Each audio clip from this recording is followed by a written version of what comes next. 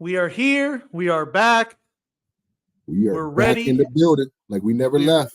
We are ready to penetrate you with Oh, my Trai's goodness. positive pants. Oh my goodness. You're gracious. getting all the penetration on this Friday. You Big show. and your What? peas. Yes, I have my peas. positive pants on.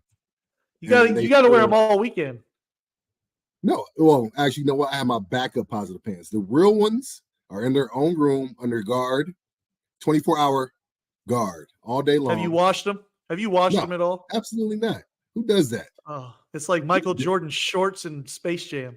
Look, man, I mean, it's not a lot going on when I have them on. I have them on for 4 hours every Sunday or Saturday. We've got a lot of short weeks, by the way. Like, how many Saturday games have we had? Like 3? It's working for you. It's And the working Thursday. for you. I mean, it works this time, but it does suck from a preparation standpoint. I hear Cam complaining about it a little bit, but yeah, the positive pants are on. I'm feeling good about this weekend. How about you? I'm good. I'm good. I'm excited for today's show because we have Coach Herm Edwards. Oh, We got to catch up with Coach a little bit, so we'll have that for you. We'll play that back for you a little bit later in the show. To win the game. You play to win the game. Adding another P to the repertoire, we have some transfer portal news that hits a little close to home. The Steelers need to win. The Browns are resting players, and we're going to go over the final regular season week 18 in the NFL. There's a couple interesting matchups, but we want to circle back. I want to circle back if it's cool with you. I want to start with the news that the Buckeyes have a new quarterback. Yeah. Here in Columbus. I'm in Columbus, and I want to start there because I need you to talk me through this because I don't know how I feel.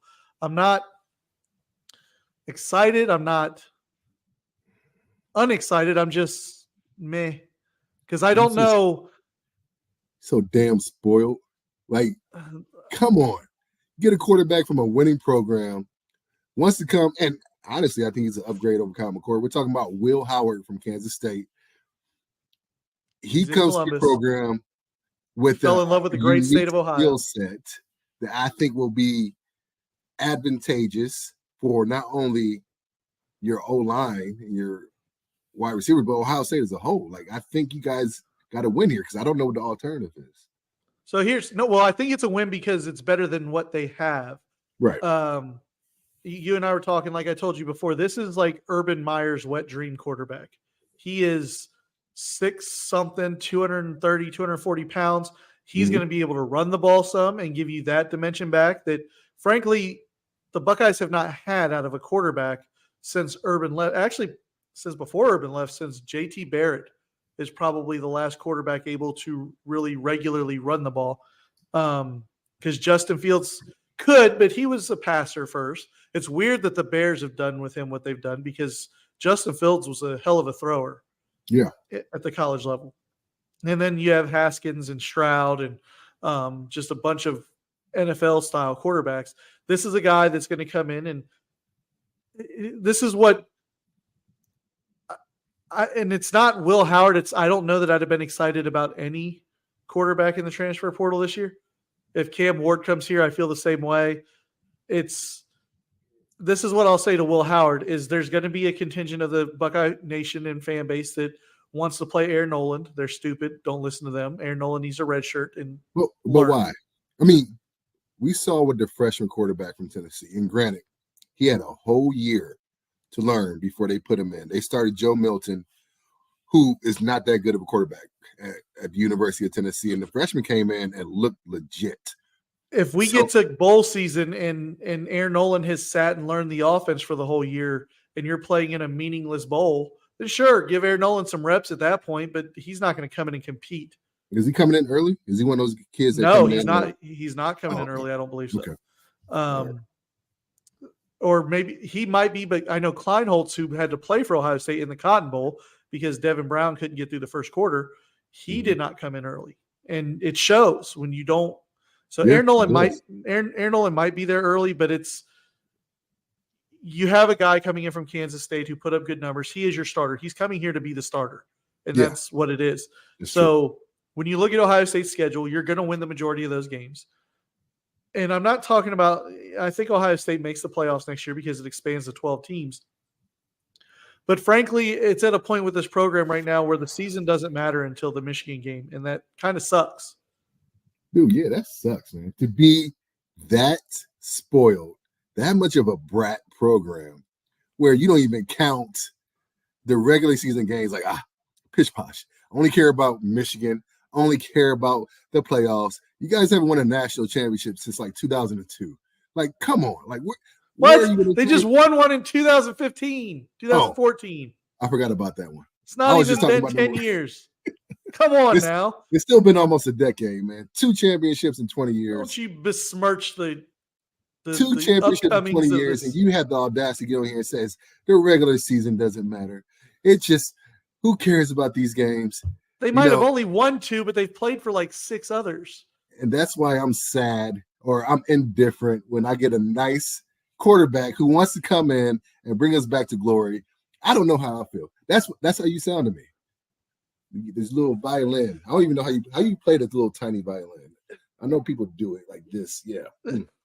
That's what I hear from your whining. But it's I might be playing a tiny violin, but it's at least playing Carmen, Ohio, and Hang On Sloopy. And How Firm Thy Friendship, Ohio. You know, you've seen it. You've seen it done. And I have no idea what you're talking about. In your stadium. What? I have no idea. You blocked all that out, just like my Brown song that I send you every weekend. It falls deaf. Oh my! No, I'm happy they got something. It's just 3 years in a row of losing to Michigan is tough, man. Yeah, because that standard was set. That's what's coloring all your feelings. Well, it's the standard that was set because of what Tressel and Urban did, and so now that's why I say you'll get excited when the season's here. They'll be excited to go to Oregon and see how they match up against Oregon, even though, Bo Nix is gone and they'll be having a new quarterback themselves. So by the time that gets here, you have the new, teams coming into, and really what's going to poo-poo it is Michigan's losing a lot of their players. The Buckeyes get Michigan at home. There's a very real chance Michigan has 3 or 4 losses by the time Ohio State plays them next year, because unlike Ohio State's, Michigan has a tough schedule next year. They have Texas. I think they get USC in the first year. I could be wrong, but I think they get USC. I'm pretty sure they have Washington.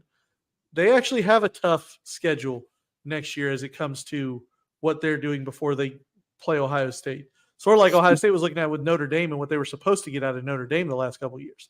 But I think Will Howard will do fine. I still think Ryan Day has an offensive system that produces numbers. So you plug and play a quarterback in there. He's going to get numbers. What separates the good quarterbacks from the great quarterbacks at Ohio State, do you win championships? And C.J. Stroud didn't. Kyle McCord didn't. Justin Fields won Big Ten championships at least and played for national championships. So that is what separates the good quarterbacks from the great quarterback. J.T. Barrett wasn't a great quarterback, but he won championships. He had that dog in the quarterback lore at Ohio Absolutely. State. Because he won championships. Yeah, for me, I place J.T. Barrett ahead of Dwayne Haskins and, frankly, as a Buckeye, C.J. Stroud. Wow. C.J. Stroud is and I said this about C.J. while he was here. You and I would have this conversation. C.J. may have been the most talented quarterback to ever set foot at Ohio State. And other than one game against Georgia, we never saw that put out on the field in the big games. I'll give you that. And you guys are still spoiled. JT Barrett rose to another level. And a little something about spoiled, because now that I got this off my chest about Will Howard coming to Ohio State, we need to talk about your Steelers and your positive pants. Because again, I'm going to set the record straight here. When you guys lost to the Patriots and you lost to the Cardinals, and half the franchise or half the fan base wanted to trade Mike Tomlin and get draft picks for trading Mike Tomlin, and we need to cut bait and we need to fire this guy and fire that guy. I'm like, pump your brakes. Coach Mike's a great coach. He is. And we're going to talk to Coach Herman Edwards about that later too. But we need to talk about your Steelers, who yet again will not have a losing season. You're telling me and are on the cusp of the playoffs. Look, we are on the cusp of the playoffs. And I don't care how you get into the playoffs. We're going to need some help. We're going to need either Buffalo to lose. We're going to need either Jacksonville to lose. Houston and Indy getting a tie would do it, but we know how often that happens. And then Houston and Indy wouldn't do that, though. That Here would are be all the the most scenarios. Houston We'll and just Indy thing to lay do. out all the scenarios for us to get in. We obviously have to beat Baltimore, a team that's going to have all their backups, at least a good majority of their backups in. That's rule number one. We need to beat them regardless any year, even if there aren't playoff implications. We have to beat the team that we hate the most. We hate Baltimore. By the way, that puts us at 5-1 in the division and the best division record in the division. So that technically means we're better than y'all. But anyway. Well, no, because if we beat – we'll be 5-1. We lost to you guys. You lost to us. 5-1 in the division. So that technically means we're the best team in the division. But that's neither here nor there. There's your Northwestern math because you're used to playing in the Big Ten West again. We need to beat Baltimore. I mean, you're part of this Big Ten West, technically, if you're talking about that. And so, anyway, we need to beat Baltimore. We need either Jacksonville or Buffalo to lose. We need Houston or Indy to tie. And I think if we were to lose, there's still a way to get in, and it requires Jacksonville to lose and Houston Denver and Indy to beat tie? the Raiders, and Indy and Houston not to have a tie because of then the conference record tiebreaker. Yeah. So we will have a better record than Jacksonville. Either Indy or Houston would win the division. And then I don't know why the Denver thing matters, but let's just go ahead and say this now. If you lose, you're not making the playoffs. I've seen stranger thing happens, but I don't even want to get to that point. So I'm excited because I get to wear my positive pants again. They're 2-0, and they're in their special room. They have their own room in my house. Nobody goes in there. They're under guard 24/7. They don't get touched. It's at a room-controlled temperature of 73 degrees. Perfect for pants and their comfortability. They're going to be so positive when I put them on. We might win by 20 on Saturday.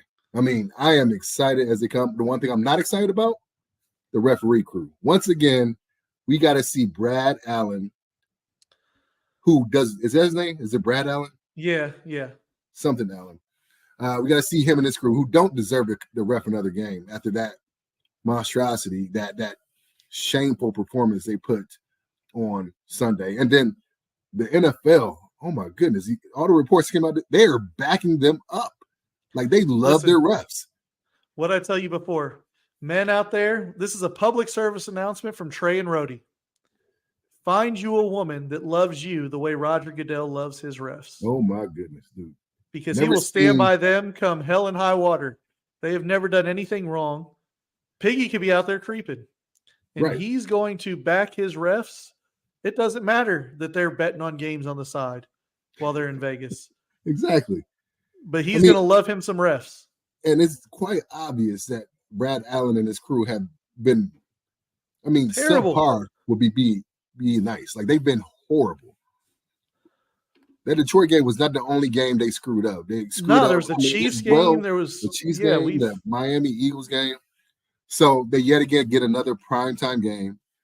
Hopefully, if we do what we're supposed to do, they won't have an effect on the game. Let me twist this for you because I'm all about your positivity. Okay. I'm about keeping you in a positive mind frame. Right. I'm going to twist this for you so that you feel good about it. I already do, but what you got for me? What if this terrible officiating crew was the reason you won and it was in your favor? Because we've seen it before. I wish I could pull the clip and play it right here. Y'all are playing the Bears a couple years ago. A ref body checks a Bears player and they throw the flag on him to give the Steelers a first down at the end of a game. I don't remember this. I bet you don't. Yeah, all your divisional rivals remember all the benefits of the doubt that you guys get. I never remember the refs giving us. Oh, somebody on Twitter. You're going to have to put it out on Twitter. It's still Twitter, by the way. Rule number one. The refs never give us calls. Not ones that are that game changing anyway. Anyway, find it. Somebody on Twitter is going to find this YouTube clip because I remember distinctly this guy gets a sack, does like a ninja kick celebration, and then he's backing up, like backpedaling to the sideline, and accidentally backpedals into the ref as he's going off the field, and the ref throws a 15-yard penalty on him, which gave you guys an automatic first down. Yeah, against the Bears. It probably never happened. I have no idea. I was just dreaming it. Yeah, you just dreaming it. You're positive. You have Steelers nightmares. That was probably one of your better Steeler dreams. So let me twist it though for you because I care about you and your mental state. and Brad Allen gives you guys a win. He just swallows the whistle. Dude, you know what? If it comes to the point, if the game is that close, that a referee, that it hinges on the call of a referee, I'm not going to be happy. Not at all. And against Baltimore's backups. To be honest, I'll accept the win, but I will not have any confidence going into the playoffs if we can't beat a depleted Ravens roster and Brad Allen gives us the win. I will be honest about it. I'm not going to sit here and lie and be blind like other teams do when the referee benefits them. Like I'll be upfront about it. We'll talk about it next week. Oh, I know you'll be upfront. I will say this. You'll be happy that you're in the playoffs, but you will call a spade and be honest about how you guys got the benefit of the doubt. Let me let's see. I'm gonna have to have a P counter for this episode. We got positive, we got penetrate, we got playoffs, we got transfer portal. The P's are permeating. There's another one throughout this episode. But let's transition now because you're going to have a full weekend ahead of you. Let's get in. This is what I like and what I love about the product, about the NFL. I hate the fact that they love their referees so much, but the NFL has got this down to a science, and they have done a great job of scheduling meaningful games in the last week of the season because it wasn't too long ago. It wasn't too long ago where all the playoff teams were resting players, a good majority of them. And this year, we have at least 7-8 games with playoff implications. So there won't be any boring football on Sunday. We have 2 on Saturday with obviously the aforementioned Steelers and Ravens, and then Houston and Indy, which affects us as well. But the winner of the Houston-Indy game goes to the playoffs as well. And then Sunday, we got a slate full of games of teams that are vying either for positioning seed-wise or to get into the playoffs at all. So the NFL has gotten that right because this is going to be a great weekend of football. It's almost like conference championship weekend, right? In college, yeah. It's I think we talked about it on a couple episodes ago. It's one of the smartest things the NFL did was pairing up divisional games to end the season. Because let's flip it. Let's say this weekend. Let's say the Browns played the Bengals last weekend, and then this weekend the Browns and Jets played. Yeah. And the Bengals played New England, Carolina. Nobody cares about that. Nobody cares. But even with the Browns resting a lot of their players, because we need to put Flacco in bubble wrap and Myles Garrett until the playoffs. With the Browns resting their players, they're still going to have a ton of people down at that game this weekend. Mm-hmm. And tickets will be cheaper, but people will still care because it's Browns-Bengals. If the Bengals were hosting the Panthers, you could pay $1.50 and get into that game, and nobody would show up. The Bengals want any kind of smidgen of bragging rights. Like, even though it doesn't matter in the grand scheme of things at all, the Bengals win the Browns, they at least can hang their hat on that a little bit going into the offseason. Well, yeah, this would be their only division win. They're 0-5 in the division right now. And they could be like, we're playing our backup quarterback too. So we don't want to hear that. You're playing our backup quarterback excuses. And they can, oh man, it's going to be the return of Jeff Driscoll. Remember how Jake Browning walked off the field a couple weeks ago when they played Minnesota and they eked that win out? You shouldn't have cut me. I hope Jeff Driscoll does that if the Browns beat them this weekend. Starts yelling at the Bengals. You shouldn't have cut me. He had his moment. He had avenged his cutting, I guess you could say. Man, but, Jake Browning is NFL Kyle McCord. He's having his moment, though. You know, he's going to get a pretty nice, what players get who are making minimum wage, which I'm sure he does. He'll get a little bump. He's going to get player performance check at the end of the year. He's going to get a bump based on how many snaps you played above what you were supposed to play. So he'll get a nice 6-figure check at the end of this year for all the work that he's put in since Burrow's injury. But yeah, talk about the games that matter. That Browns-Bengals game, it doesn't matter in the grand scheme of things. It matters for the fans. But we have Houston, and we already said that, Jacksonville, Tennessee.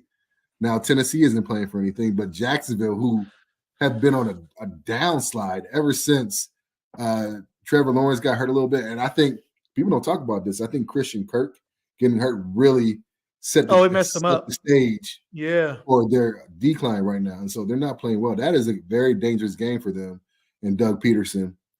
And it looks like it looks like Trevor Lawrence is not going. Last I saw, it wasn't looking good for him to play this week. Yeah, he's been a limited participant in practice all week. And he hadn't missed any games at all up until the one he missed 2 weeks ago, or was this last weekend? His last start. And this is what's wild. This is what's wild is you have situations, and the biggest game of the weekend is Buffalo Miami. That has the most implications across the board. You have situations where two teams are currently in the playoffs. They can either win the division or be completely out of the playoffs altogether.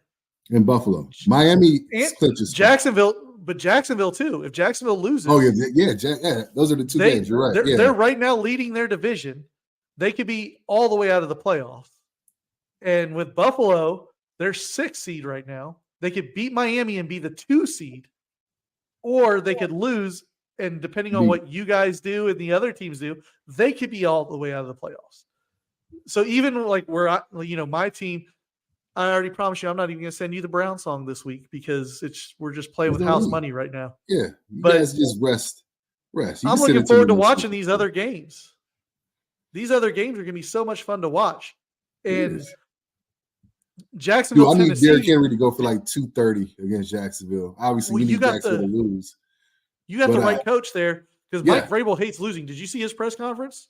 Dude, he was pissed that it was even a suggestion that he ease into this game. And he's another coach. There's a lot of coaches I would have loved to play for when I was playing. I got a chance to play with Coach Cowher, Coach Tomlin. Would have liked to play with Coach Belichick. There was a time and place where I almost did. I would love to play for Coach Dungy. Got a chance to play for Bruce Arians. Mike Vrabel is one of those guys too. Mike Vrabel just is a salt of earth, no bones about him. And I had a chance to actually go down there for a scouting internship and got to see it live in person, which is pretty cool. But I already know Coach Vrabel is going to put everything he can into winning that game, if only just because he hates losing. He hates losing. So this is a while ago. Jim Tressel gets fired at Ohio State, right? Or whatever happened there, Tattoo Gate.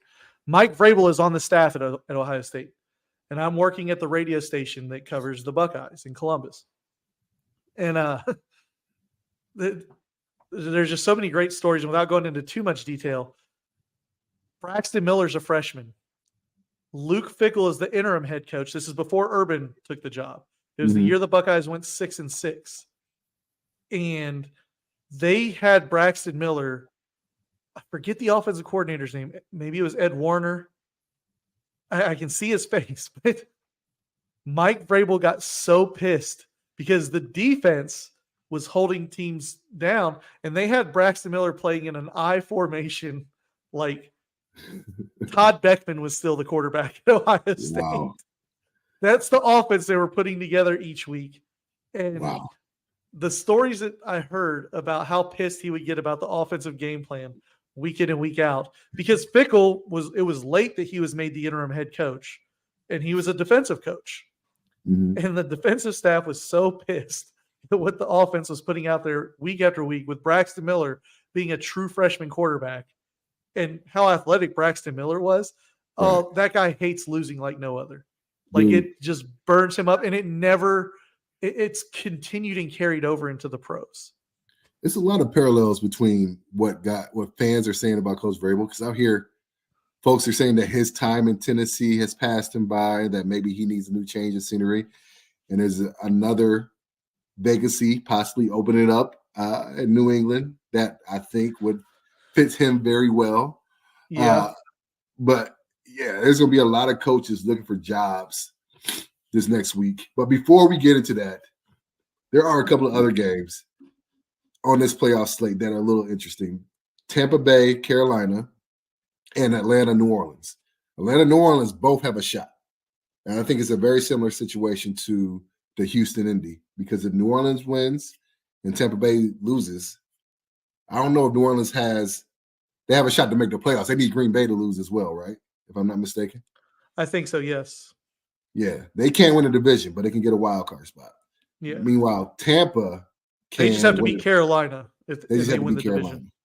And dude, like we talked about a week ago before this past weekend's game, we thought Tampa was the hottest team or one of the hottest teams in the NFL. So I'm going to give you a reason to root for the Falcons to lose, because that game means a little more to you, I think, than you realize. Next year, the AFC North plays their counterpart in the NFC South. Okay. And if Atlanta loses, they're third in the division. And the Steelers are third in the division.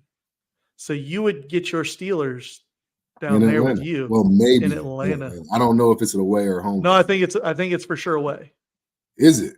I think so. Like I'm pretty sure. You're really good with this Rubik's Cube. That's the NFL schedule, because you already it was already. You could be right, but I'm pretty sure it's third. I don't third in the division, and I could be wrong, but I think third in the division goes away from the AFC North to third in the division. Okay. And then, so I have family in Tampa, so it also matters to me because the Browns are second. So if New Orleans ends up winning the division, there's a Tampa Browns matchup. Which they'll play each other regardless, right? But we don't know if no, they won't play each other regardless, because right now Tampa's first in the division. It's not the thing it's not that we play the whole division. It's not the whole division. We just match up with wherever they play. Gotcha. You're right. The one where you play the whole division, I think next year it might be AFC East or NFC. I don't remember who the whole division we play is from the AFC North, but I do know that you play your counterpart in the NFC South. So first place plays first place, second place second, third place third. So if Atlanta loses, they will finish third in the NFC South. Pittsburgh is third in the NFC South. So you will get your Steelers, I think, right there in your territory. That'd be awesome. We had them in preseason this past year. And that was fun to go to, hang out with my Steeler Nation crew and then go to the game. And that was one of the preseason games that Kenny Pickett lit it up and gave us all this false hope. So hopefully it's a different situation next year. But that's another team that's probably going to be without their head coach next season, and Arthur Smith. I think he's run out his welcome down here in Atlanta. And I see him being an offensive coordinator somewhere next year. But coming into week 18, I remember my years playing. Week 18 was always different for different people. Like, you had the veterans who were there, had contracts past that year, and they were just trying their best not to get hurt. And you had guys like me oftentimes who needed that 18th game to put on tape so that you could be marketing yourself for whoever you visit in free agency or whoever is interested in you. So it's always different for a lot of players, and it's going to be different for a lot of coaches. I mean, how many coaches we thinking right now could be out of jobs? I mean, we already named Arthur Smith, Mike Vrabel, which I think Tennessee would be dumb to get rid of him. Tomlin is safe. Like, we don't even got to talk about that anymore. He's good to go. Belichick. I really wanted Tomlin to get, man, I wanted so bad. I sent you the video from Any Given Sunday. I wanted Tomlin so bad to, well, I've taken the position with the Washington Commanders and in hopes to not make a total fool out of myself, I've signed Mason Rudolph as my starting quarterback for next year. Just because y'all are so spoiled. Just so entitled and spoiled. This is the first year where you haven't been calling for Stefanski's job. I'm still calling for his job. Did you not see the interview the other day where Jim Schwartz said he wants to be a head coach again? I will sacrifice Stefanski in a heartbeat for Jim Schwartz to stay in Cleveland. I'm not a fool. I know who's directly responsible for our team winning games this season. Yeah, I think everybody knows that. And he will be gone. No doubt about it. I think if the right team comes along, they'll give him another chance. Did not have a lot of success in Detroit at all. But I think Stefanski has earned an extension. It doesn't mean I want him to be there. That roster is solid top to bottom. So the Commanders are going to be without a coach. Ron Rivera's gone. The Chargers are already without a coach. We think that job is already spoken for. We think that's Jim Harbaugh's job already. Who am I missing? Carolina and his drink throwing owner. They need a they've already fired their coach, right? Right. The Raiders, but The Raiders. I think that they found their guy. If they don't sign him, they're stupid. Yeah. They've already gone through this before. They saw what happened. I think if the Cowboys lose in the first round, they'll have an opening. I think if Tampa doesn't make the playoffs, they might have an opening. We could have as many as 10 job openings next year. I think Tampa could have an opening regardless. Also, if they lose in the first round. Yeah. I can see that. Everybody in the AFC North is safe. Yeah. The NFC North, the Bears will have an opening, I'm pretty sure. Coaching is tough, man. What have you done for me lately type league. Yeah. We got Pittsburgh has obviously the second longest tenured coach. It could be the longest tenured coach if Coach Belichick ends up going somewhere else. But, one coach knows a lot about that, and we got to catch up with him earlier. Yeah, we did. You want to let everybody in on our conversation with Coach Herm? With the legend, Coach Herm Edwards. All right, I need to get a drink, so we're going to let you listen to our conversation with Coach Herm, and I'm going to get a beverage, and we'll be back after you guys take a listen to this, what Coach Herm had to say when he caught up with me and Trai. Favorites, one of my favorite people to talk to. He always indulged me, Trai, would talk to me about film and plays and make me feel smarter than I actually am in this world, is Coach Herman Edwards. How you doing, Coach? I am well. I think that if you're a football fan of the National Football League, you have to be excited about how this thing is really taking shape all season with so many teams still in contention to get into the playoffs, and then obviously so many teams that are in contention that are playing with backup quarterbacks. That's interesting. Yeah, Coach, Trai Essex here. I just want to say it's an honor for you to be our first guest on our podcast. I've always looked at you from afar and just appreciated all the things you did for the game of football. I didn't have the chance to play with you, for you, unfortunately, but I definitely saw the impact you had on guys and my peers. Me being a draft pick in 2005, I know you were with the Jets. But one of the questions I have for you that I've always been curious about, the route that you took. You became a head coach for the Jets, and then later on Kansas City. And then 10 years later, you go to Arizona State. And so I know there's some contrast there, but what are some of the things that you took with you that worked in both the NFL and in college? And then what are some of the things you had to kind of change up in order to reach players on each level? Well, I think whatever level you coach at, it's really defining kind of who you are and establishing who you are as a coach. And I think all coaches in their own way have to make sure that they understand this. And I learned this when I was an assistant coach. Take the player's talent and allow him to be successful, because players want to be successful. You are information provider. I mean, that's what you do. You provide players with information. How you coach players and teach players, there's a variety of different ways to do that. And I think that's the hardest thing about coaching.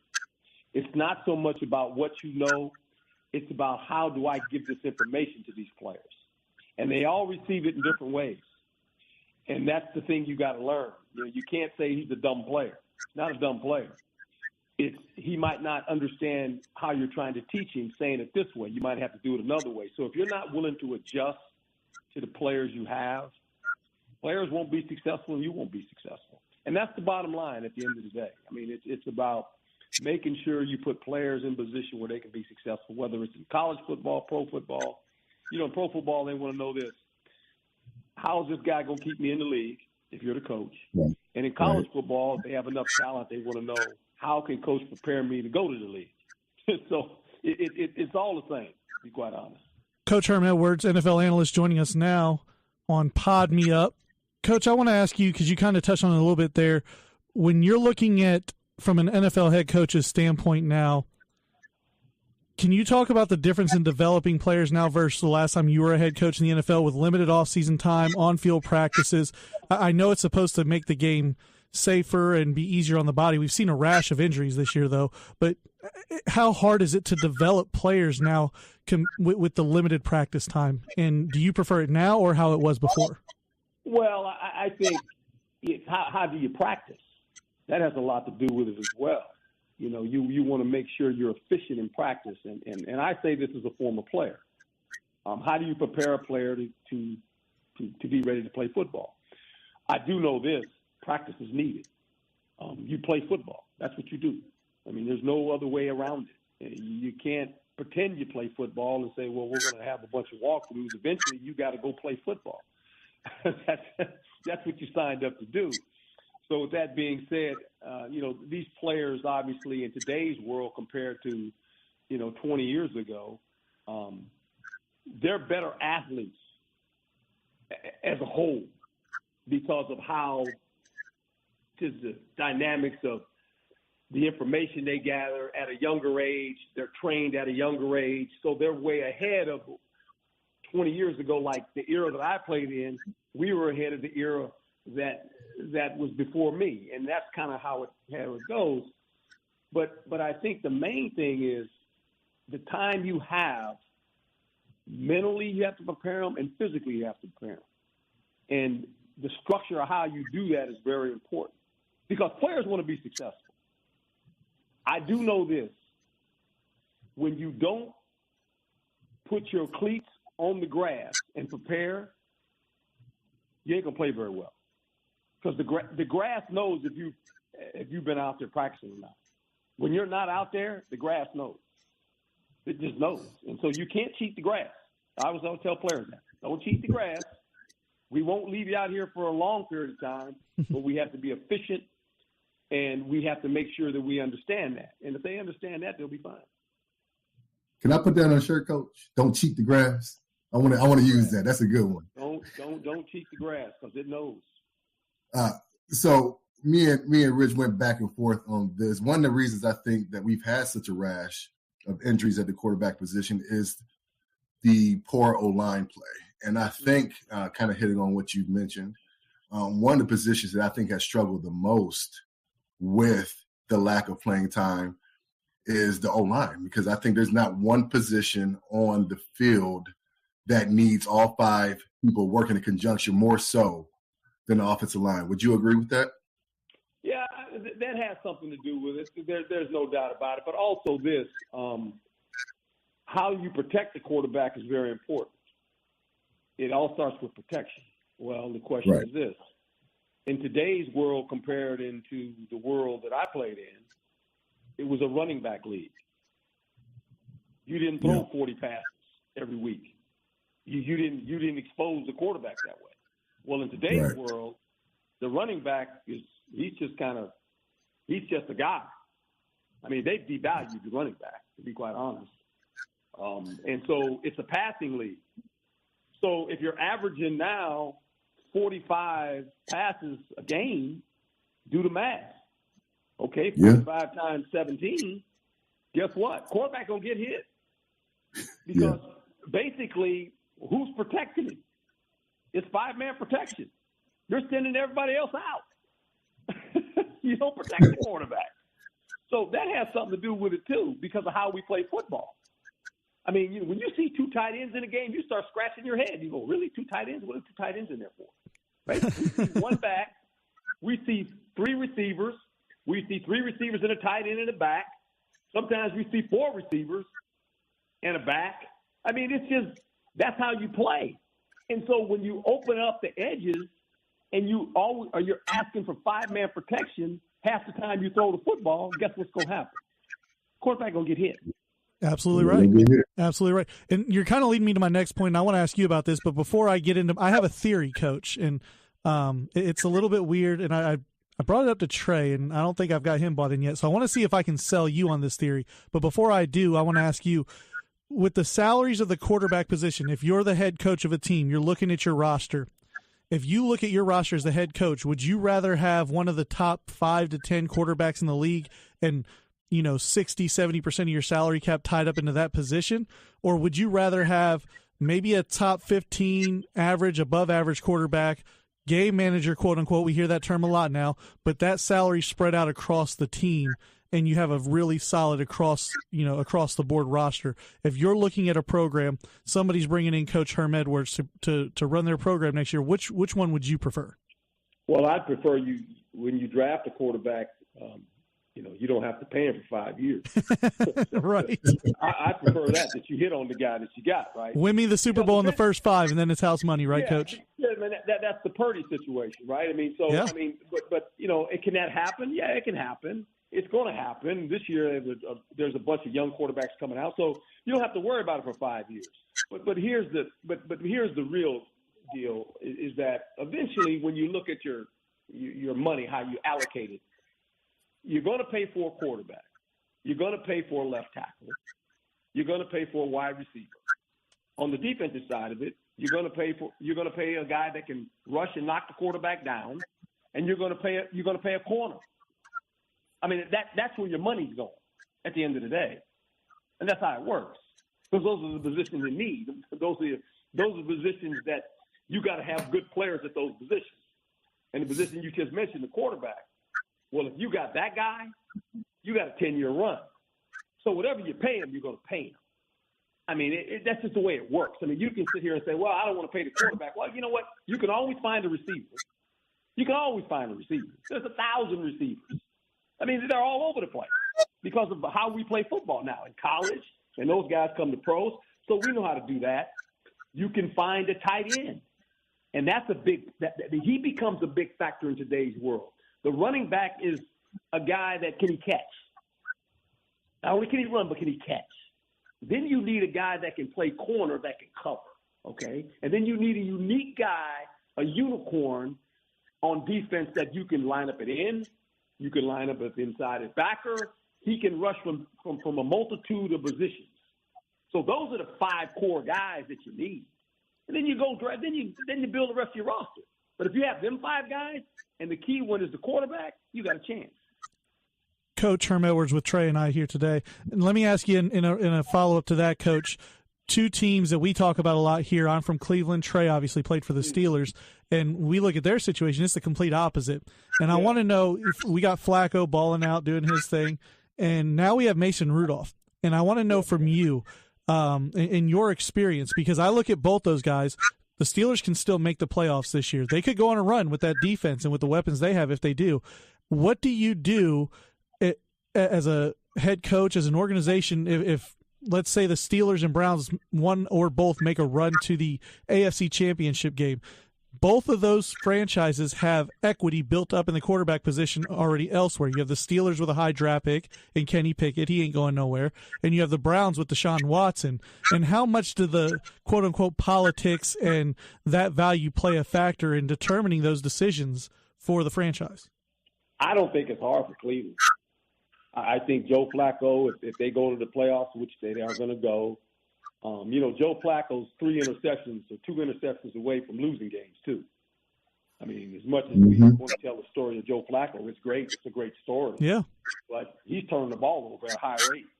And when you get in the playoffs, you turn the ball over like that, you ain't going to win. I'm going to just be quite honest. He's 38 years old. It's a great story. I'm pulling for the guy. But he's not the future of your team. Deshaun Watson is. I mean, he was 5-1 before he got hurt. Now his problem is he's got to stay healthy. Okay, so that's another issue. But let's don't get this thing twisted now. There is no expectations for Joe Flacco. House money. He was walking his dog on Sunday. Okay, and he fell into a situation. Veteran guy. Look, they can say the offense is flowing, but he's turning the ball over too. They're not saying a whole lot about that. But you do that in the playoffs, you'll be going home. So, he is what he is, but he's 38 years old, soon to be 39 years old. He's not your future. So that's that. With Pittsburgh, this will be very interesting because as much as we like Rudolph, which is fine, I mean, I get it, but they're like Cleveland in a sense. The quarterback is just kind of driving the car. He's not, he's not doing anything special. He's not turning the ball over, which is good. Their running backs are playing well. You got a couple receivers that can throw the ball down the field and make some plays, and their defense is taking the ball away and knocking the quarterback down. That's how they're playing. Okay, so that's okay. Now, when this thing ends, however it ends with Pittsburgh, hopefully they get in. The question is Pickett your guy? Is he? I don't know that. I watch him play and I go, okay, nothing special, but here again, this is to me similar to, and I don't want to downplay him because he's playing great, is Purdy.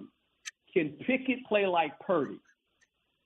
And if he can, he's your quarterback for a long time because the parts around him are playing well. And he's orchestrating all this, right? That's what you want out of Pickett. Can he do that? I don't know that yet. I don't think they Coach, can. Coach, and neither can I. I've been praying for it and hoping for it, but he hasn't shown me much of anything yet, which kind of brings me to my next question. Let's step off the field for a tad bit. I've been talking with Rody about the soap opera that is Steelers this year. And I know what goes on in every team, but Steelers have been in the news a lot lately. And the drama that just seems to follow certain players, certain teams. Do you think that there's more drama or that the media is just emphasizing it more? I think it's this. I think it's because it's Pittsburgh and you generally don't hear it, right? Like certain teams Right. because of the head coach, of the organization's structure, and how they've always been tight-lipped group. You don't get that out of Pittsburgh. And so now that, they all of a sudden they're 9-7, they got back in the race. Before, Coach Thomas never had a losing season. All those things are great. But, an incident like that takes place with a wide receiver, that becomes, look, all teams have, it's like a family. You're dealing with men that have lots of, what I should say, they have a skill set of they will all want to be successful. Look, in football, everybody's an independent contractor. Okay, let's make that perfectly clear. They all want to better their lives. They all want to make money. Nothing wrong with that. But eventually, the independent contractor has to understand, okay, I'm an independent contractor, but unless I have the rest of these guys, we won't be successful as a team. And that's where the lie is. That's what you got to figure out. That's how you massage the roster. There's all kind of different personalities on the roster. No one's the same. You got some high-maintenance guys that you got to deal with. You got some guys you ain't never got to say anything to. That's part of every roster. And you know that in every locker room, you got that. There's some guys you go, oh, boy. And there's about 3 or 4 of them belong to the head coach. The head coach has got to deal with those guys. No one else deals with them. Just the head coach does. And basically, a lot of those guys are really good players, by the way. And you just got to deal with them. I call them the special players. Head coach got to deal with them. Right. The head coach deals with those. Don't worry about it, guys. I got these guys, right? And I had to do that as a head coach. And you got them on every team. But that's the greatness of putting a team together. At the end of the day, that's the mix of a team. It's all kind of different things that go on, and the people outside the building don't know this. They can say he's a pro football player. But look, there's issues in every locker room. It's not perfect. Coach, we appreciate the time. Before I cut you loose, I have the most important question for you. And, Sure. We've talked a lot about MVP. We've talked Defensive Player of the Year. And this is the biggest question and what I want to know the most. If Coach Herm Edwards could have any superpower, what would it be? A superpower? You could have a I want to be able to teleport. I hate sitting in traffic. I wish I didn't have to sleep because it's a waste of 6 to 8 hours of my day. I have several superpowers that I want to get into, but what superpower, if you could choose one, would it be? It would be the gift of giving people knowledge. Okay. Ooh. Because I think you already got that superpower, Coach. Yeah, well, I really do believe that. I do believe that the time we spend on Earth, when you look back at your life, you have to ask yourself, how many people did I give a hand up to that I helped? That could never help me. That don't want anything in return, but that's what you do. You give back to others. You just give it to them. Now, how they accept it, how they use it, that's on them. But you can't say you didn't give it to them. And that's been my walk in life, because I was given a lot of things, and I want to return that, right? That's what you do. I don't have as many good days ahead of me that are behind me because of where I'm at now in my life, and I understand that. Coach, you're the best. We appreciate the time. Always great with us. We'll do it again soon, hopefully throughout the playoffs. But we really appreciate you taking the time. My pleasure, man. You guys have a great day. Thanks, Coach. Thank you now. And there you have him, Trai, the great Coach Herm Edwards, dropping knowledge on us and making us all feel like Dookie with The our legend. superpowers. The superpowers. I came in hoping that Coach Herm was going to be like super strength, Right. to On a manhandle fly. referees and make bad calls, or be able to run super fast down the sideline. None of those. He wants to save the world. And would you expect anything less from a man with No. those standards? That awesome human That gets being me. that Coach Herm Edwards is. I mean, just listen to him talk makes me want to run through a wall. I mean, that guy is a leader of He's men. great. He loves football. He just loves He football. does. He does, and he knows it. And this has been his life for the longest. And just to gain and hear some of that knowledge and his perspective on things was absolutely a pleasure. And it was mind blowing for me. That's a guy that I told you I grew up. I wanted to play for him. I wanted to get drafted by him at one point. And so it was really cool that we were able to have him. Such an honor that he was our first guest. But While we're on it, though, I got to ask you. Yeah, because I put this out on Twitter the other day. I was just sitting there thinking, I had dealt with traffic that day. We were talking about your grind my gears, sitting through traffic, and I've always wanted to teleport. But then I started thinking, because I had a long one the other day. I was like, man, I wish that I had the ability to get through each day without ever getting tired and not needing sleep. Like, that's 6 to 8 more hours in my day that I would just free up. Like, I could do so much more with that time. That is such an old person superpower. That's only old people think about gifts like that. Like, come on, man. That's not cool. I mean, I get it. I understand it. But that's such. Well, I'm choosing teleportation first. Person. Like, if I could teleport, teleportation is number one. Because if I could teleport, boom, blink my eyes, and I'm in Atlanta, and we're doing the show then together. You can sleep because you would have way more time to get to where you needed to go. You wouldn't need the kids got sleep. Practice tonight? Okay, hold on. I'm at practice from Atlanta to Columbus, just like that. Did you just bewitch yourself there? Did you just do the little blinking and head nod? Boom, I'm in Vegas. That's your teleportation move? That's how you I got 3 hours. I'm at the Bellagio throwing craps. I'm home by curfew. Dude, I mean, mine is pretty simple, man. I'm a big man. I've been a big man my whole life. And although I've been able to move pretty fast for my size, you still wouldn't consider it super speed. I just want to move fast, baby. I just want that flash type speed that gets me point A to point. It's kind of like teleportation, but I want the physicalness of it. Like, I want the wind to blow by as I drove. I want people to be like, what was that? And they get splashed by water.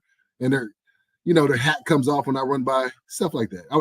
I want that type of speed. Just supersonic speed. I'll be good. What was your 40 time? I pulled my hamstring, first of all. So let me put out all the disclaimers. At the combine, I guess since that's the official, I ran like a 5.3. So it was super slow because I did pull my hamstring. But at pro day, I ran a 4.9. But look, if you could teleport, I would be a halfback. They pitch me the ball. I'm in the end zone. Boom. That's too much cheating. I would be like Dash of The Incredibles. I would run just faster than everybody else. Knowing that I was just, jogging and not using my full ability, I would just run just fast enough just as glide, to not tip off. Just to laugh at them. Yeah. So that's what I would do. Teleportation would be cheating. Right, dude, But okay. Well, thanks to Coach Herm. Tell your family, tell your friends. Big announcement, I think. Maybe we should. Do we want to announce starting next week? Starting next week, we got another guest. Is that where we're going? Are we doing 4 days a week next week? Oh, we're doing 4 days a week. That's the big announcement. Yeah. We don't want to announce our guest yet until next week. But logistical yes, situation. 2 days to 4 days. So it's more of me, more of you, it's more of us, more of Pod Me Up for the folks out there. I'm looking forward I'll to announce it. the guest. The guest is Taylor Swift. You'll have to listen to find out. Man. I jacked it all up. If only. I don't even think she's been on Travis Kelce's podcast yet. Right. She can come on ours before Travis. So, all right, man. Good luck to your Steelers. We'll do it again next week. Yeah, I'll talk to you. Sounds good.